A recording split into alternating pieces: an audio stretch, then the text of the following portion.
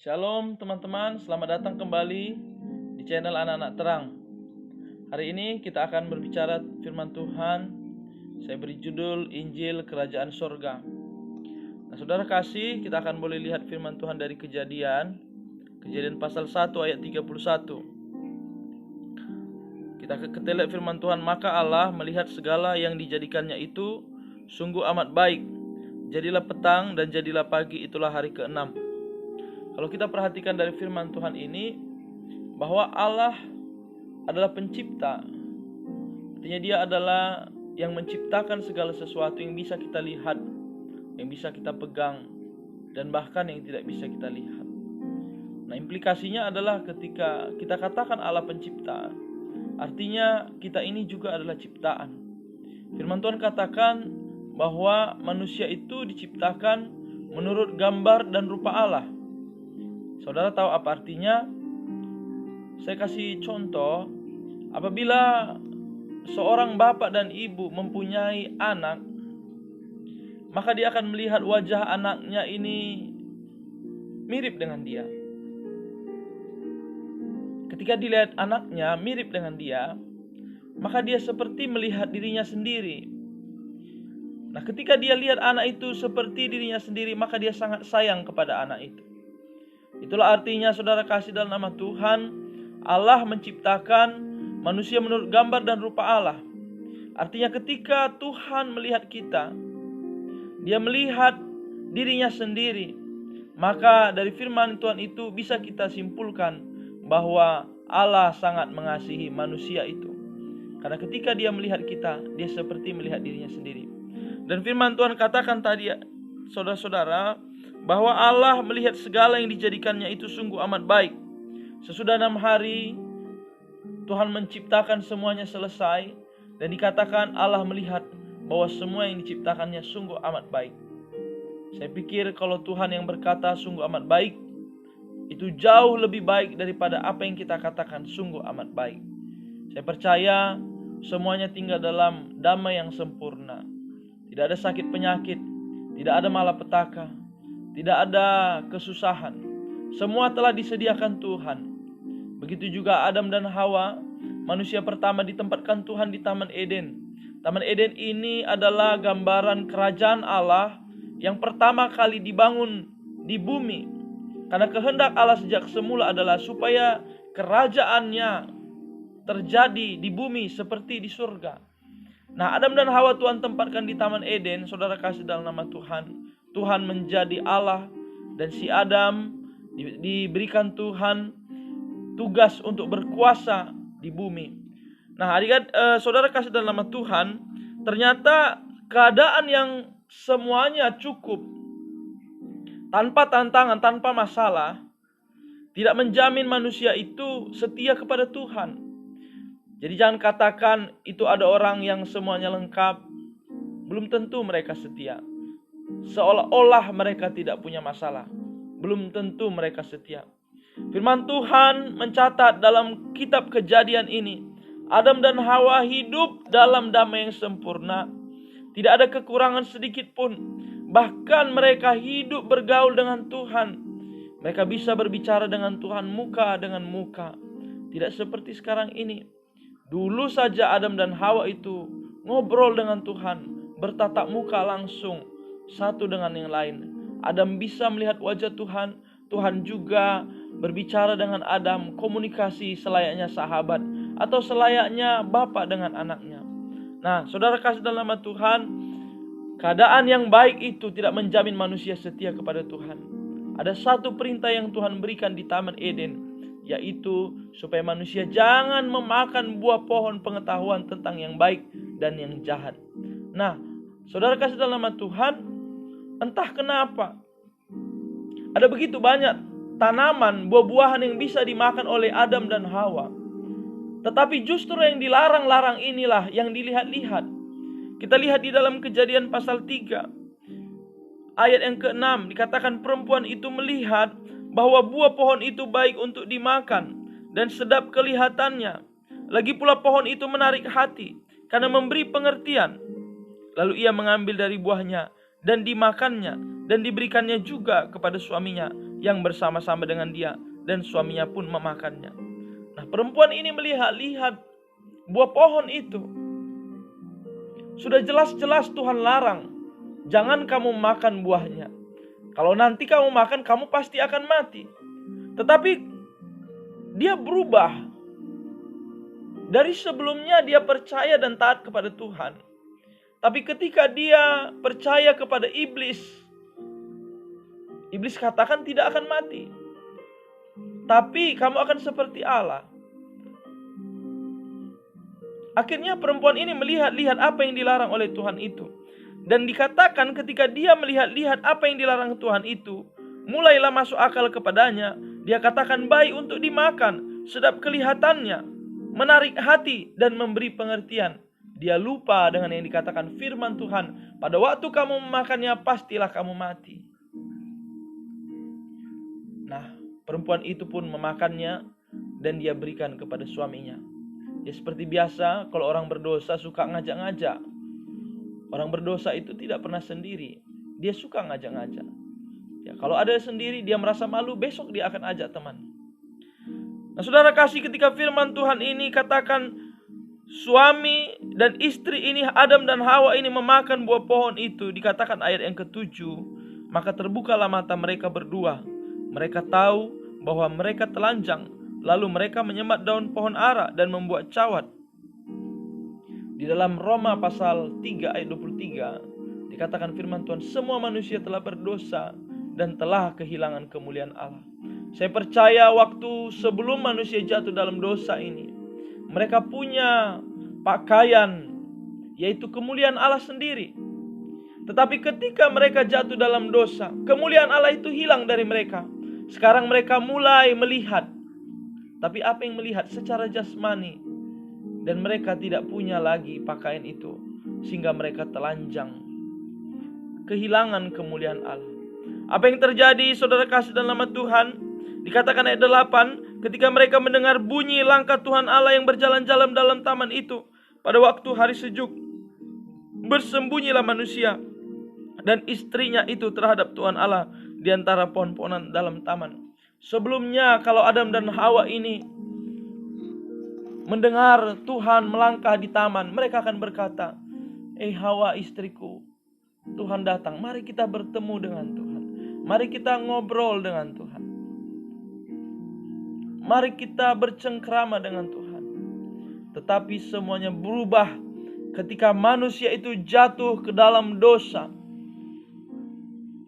Ketika mereka mendengar bunyi langkah Tuhan Allah yang sebelumnya mereka senangi dan nanti-nantikan, akhirnya sekarang mereka takut. Dosa itu membuat orang takut datang kepada Tuhan. Dan mereka tahu, orang yang berdosa tahu bahwa mereka tidak layak datang dekat dengan Tuhan yang kudus, maha kudus. Mereka tahu mereka tidak layak untuk datang kepada Tuhan. Maka mereka sembunyi. Kecenderungan orang berdosa akan bersembunyi dari Tuhan. Mereka malu, mereka takut.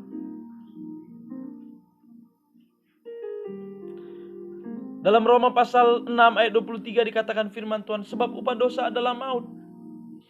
Saudara kasih, maut ini ada 3. Maut yang pertama adalah terpisah jauh dari Tuhan. Ini adalah hal yang pertama terjadi ketika manusia itu jatuh dalam dosa. Mereka terpisah jauh dari Tuhan. Yang sebelumnya Adam dan Hawa itu dekat dengan Tuhan, ngobrol dengan Tuhan, bercengkrama dengan Tuhan. Sekarang ada pemisah yang membuat mereka jauh dari Tuhan. Saudara kasih, kalau kamu hidup jauh dari Tuhan dalam hidupmu sekarang, itu berarti engkau sudah berada dalam maut. Kalau engkau sekarang jauh dari Tuhan, di dalam kekekalan pun engkau akan jauh dari Tuhan. Upah dosa adalah maut. Maut yang kedua, saudara kasih, adalah kematian tubuh.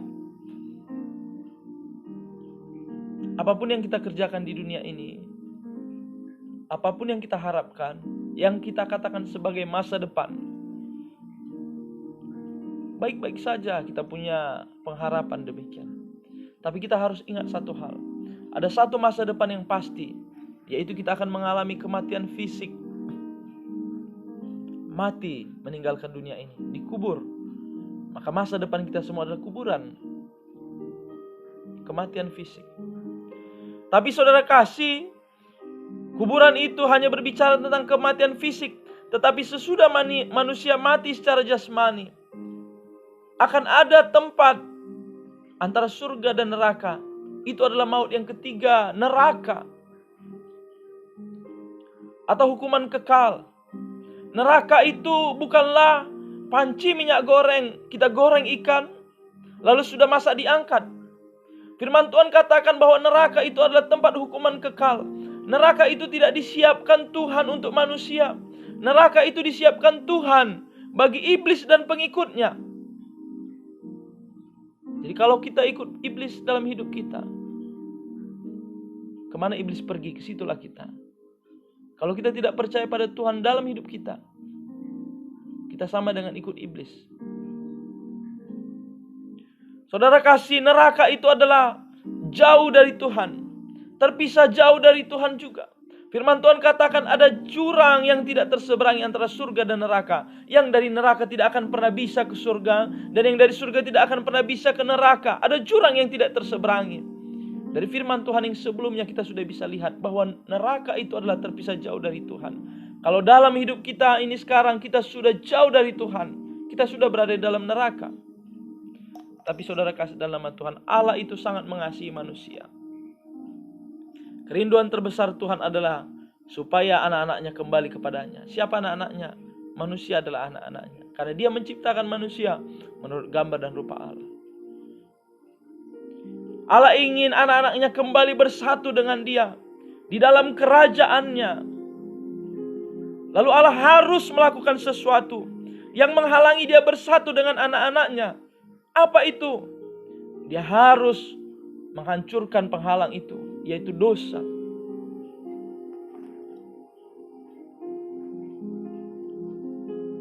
Saudara kasih dalam nama Tuhan, dosa tidak dapat dihapus dengan perbuatan baik, dengan amal, dengan ibadah, dengan doa, dengan puasa.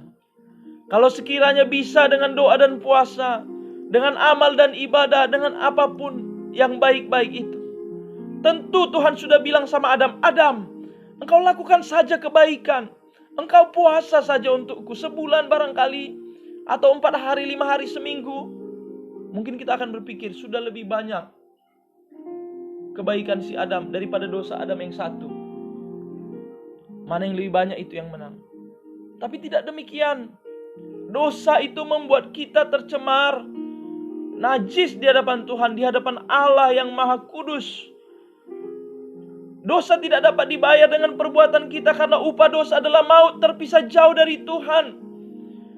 Maka apa yang dilakukan Tuhan untuk menghancurkan dosa ini? Yaitu Dia mengutus anaknya, Yesus Kristus. Dia mengutus Yesus Kristus turun ke dunia. Siapakah Yesus itu? Ada banyak pertentangan tentang siapa Yesus. Tapi firman Tuhan katakan Yesus adalah firman Allah yang turun dari surga menjadi manusia. Firman Allah turun dari surga bukan sebagai kitab seperti kitab ini.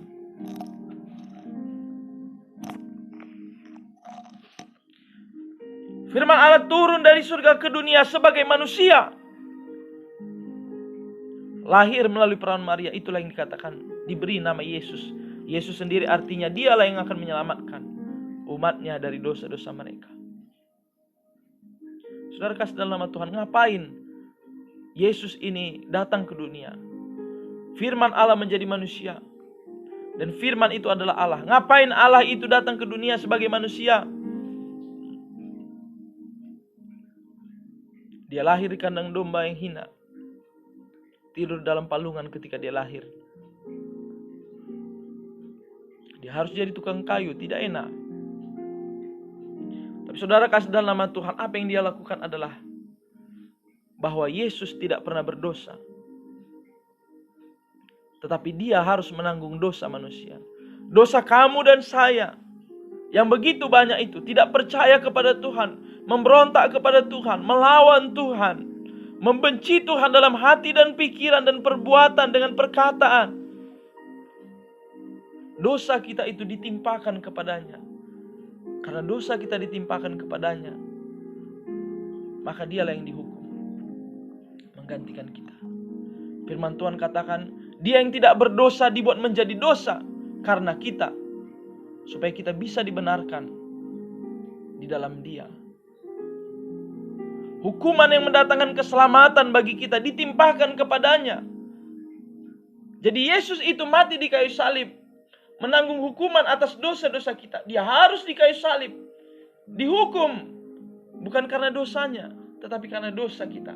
Karena dosa kita tadi sudah diberikan kepadanya. Tetapi ketika dia di kayu salib, apa yang dikatakannya? Dia katakan sudah selesai. Kenapa orang di kayu salib harus bilang sudah selesai? Karena dia di kayu salib itu menjalankan satu tugas. Dia harus menanggung hukuman yang seharusnya saya terima dan kamu terima karena dosa-dosamu dan dosa saya. Yang tidak sanggup dan tidak akan pernah sanggup kita tanggung karena dia sangat mengasihi kita. Tapi dia tanggung dosa kita. Dia katakan sudah selesai. Dosamu, hukumanmu, kutukmu, rasa malumu, rasa takutmu, diselesaikannya semua di kayu salib. Firman Tuhan katakan, dia masuk ke dunia orang mati. Tetapi Tuhan tidak membiarkannya tinggal dalam dunia orang mati. Dia bangkit pada hari yang ketiga, dia naik ke surga dan akan datang kedua kali menjemput orang-orang yang percaya kepadanya. Dia datang kedua kali tidak akan sebagai manusia, tetapi sebagai raja, dan dia akan mendirikan kerajaannya. Dan dia akan menghapuskan segala kejahatan. Dia akan melemparkan iblis, mengalahkan iblis. Nah, saudara kasih dalam nama Tuhan, apa gunanya Tuhan Yesus mati di kayu salib adalah untuk memperdamaikan kita dengan Bapa, supaya engkau dan saya bisa kembali kepada Bapa. Karena ada jaminan pengampunan dosa. Karena dosa-dosa kita sudah dihapuskan oleh Tuhan Yesus. Karena begitu besar kasih Allah akan dunia ini, sehingga ia mengaruniakan anaknya yang tunggal, supaya yang setiap percaya kepadanya tidak binasa, melainkan beroleh hidup yang kekal. Supaya engkau dan saya kembali kepada Bapa, pencipta alam semesta ini. Betapa rindunya Bapa untuk kembali dekat dengan anak-anaknya. Firman Tuhan katakan hari ini, jikalau kamu mendengarkan suara Tuhan, jangan keraskan hatimu. Kalau engkau selama ini hidup jauh dari Tuhan, tidak peduli akan Tuhan, tidak mau dekat dengan Tuhan, karena kamu tahu perbuatanmu itu jahat, dalam kegelapan engkau membenci terang, supaya perbuatanmu tidak usah ketahuan, tidak usah dibukakan, karena kamu tahu perbuatanmu itu dalam kegelapan. Hari ini saya berkata, berilah dirimu diperdamaikan dengan Tuhan. Ketahuilah engkau punya Bapa di surga yang sangat mengasihi engkau. Walaupun engkau ada yang hidup dalam kekecewaan kepada keluarga, kecewa kepada hidupmu sendiri, kecewa kepada dirimu sendiri, engkau tidak mampu bangkit, engkau terus hidup dalam dosa. Hari ini saya katakan kepada engkau, ada pengharapan, ada pengampunan dosa. Yesus telah mati bagi dosa-dosamu. Dia telah dihukum sebagai menggantikan engkau yang seharusnya dihukum. Tetapi bertobatlah, datanglah kepada Tuhan, maka engkau akan diangkat menjadi anaknya. Firman Tuhan katakan, sekalipun dosamu merah seperti kermiji, akan menjadi putih seperti salju. Sekalipun merah seperti kain kesumba, akan menjadi putih seperti bulu domba. Jikalau kita mau dengan jujur datang kepada Tuhan, harus dengan kejujuran. Firman Tuhan katakan, jikalau kita berkata kita tidak berdosa, kita adalah pembohong, pendusta. Tetapi jikalau kita mengaku dosa kita, maka Dia setia dan adil. Dia akan mengampuni segala dosa kita. Dia akan menyucikan kita dari yang jahat. Artinya Dia akan berikan hati dan pikiran yang baru. Akui dengan jujur di hadapan Tuhan, saya tidak tahu dosa-dosamu. Orang tuamu pun bahkan tidak tahu. Istrimu, suamimu pun tidak tahu. Anak-anakmu tidak tahu, tapi Tuhan tahu. Engkau harus bertobat, mengakulah pada Tuhan.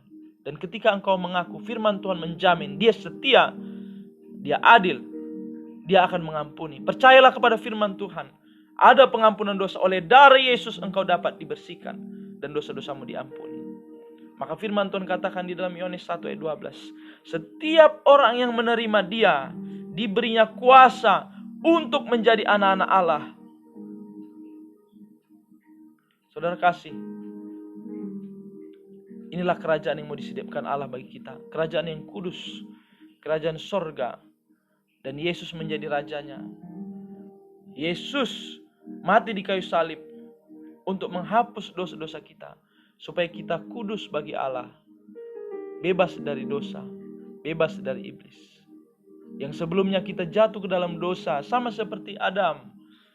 Karena satu dosanya dibuang, sampai sekarang manusia hidup jauh dari Tuhan. Tidak seperti dulu lagi bertemu muka dengan Tuhan. Tetapi lewat Yesus Kristus dikatakan kita diperdamaikan dengan Bapa. Bukan kamu yang memperdamaikan dirimu dengan Bapa, tapi Bapa yang memperdamaikan diri dengan engkau, dengan menghapus penghalang itu, yaitu dosa-dosa engkau dan saya melalui Yesus Kristus. Terimalah keselamatan yang besar ini. Terimalah anugerah Tuhan yang luar biasa ini. Terimalah kasih karunia Tuhan yang luar biasa ini, yang Dia lakukan sendiri bagi kita. Supaya apa? Supaya kembali kita kepadanya sama seperti dulu. Kejadian 3 ayat 9 dikatakan firman Tuhan. Tetapi Tuhan Allah memanggil manusia itu dan berfirman kepadanya, "Di manakah engkau?" Saudara kasih, hari ini Tuhan bertanya kepadamu, di manakah engkau? Apakah engkau jauh dari Tuhan? Apakah engkau bersembunyi dari Tuhan? Tidak peduli kepada Tuhan? Tahukah engkau bahwa Tuhan sangat mengasihi engkau dan mencari engkau sampai sekarang? Dia bertanya, di manakah engkau? Harusnya tempatmu di sini bersamaku. Tapi di manakah engkau? Mengapa engkau jauh dariku? Dia bertanya, di manakah engkau?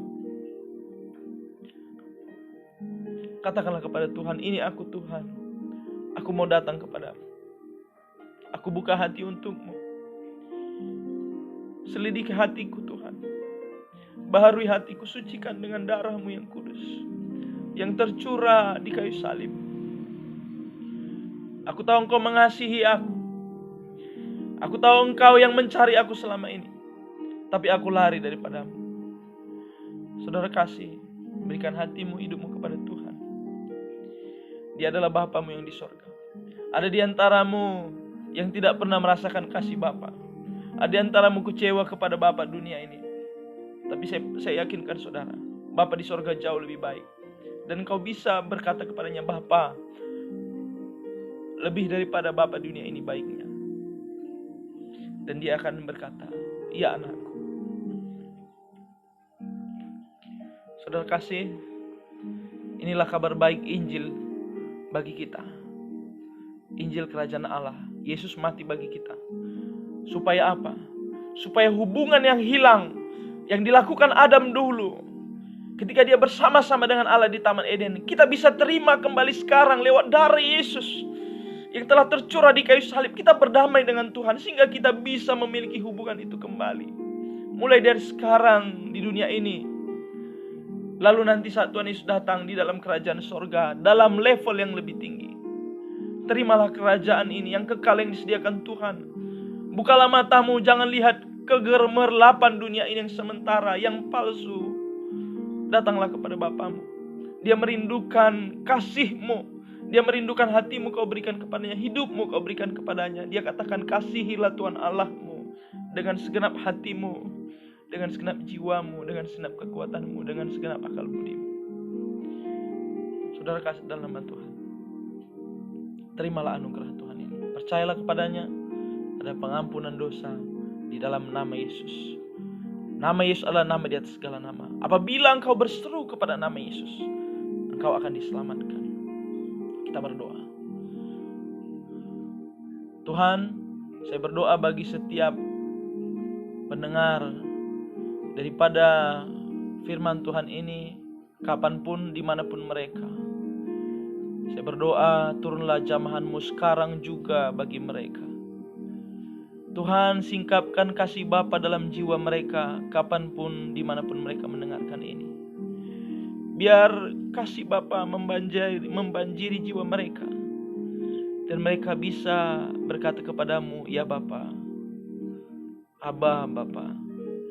Tuhan, curahkan roh Bapa, roh kudus kepada mereka, roh yang menjadikan mereka anak Allah. Sehingga akan mereka katakan kepadamu, ya Abba, ya Bapa. Bapa, bebaskan mereka daripada yang jahat, sucikan dengan darah-Mu. Darah yang berkuasa, darah yang kudus. Kami percaya bahwa dosa-dosa kami tidak bisa kami hapuskan sekalipun kami berdoa puasa. Kami tidak perlu melakukan itu untuk memohon pengampunan dosa, cukup dengan jujur. Maka darah-Mu akan membersihkan mereka, Tuhan. Terima kasih Bapa. Saya berdoa terangi hati dan pikiran setiap pendengar ini dengan roh hikmat dan wahyu, supaya mereka mengerti dan pewahyuan itu terus berjalan dalam hidup mereka.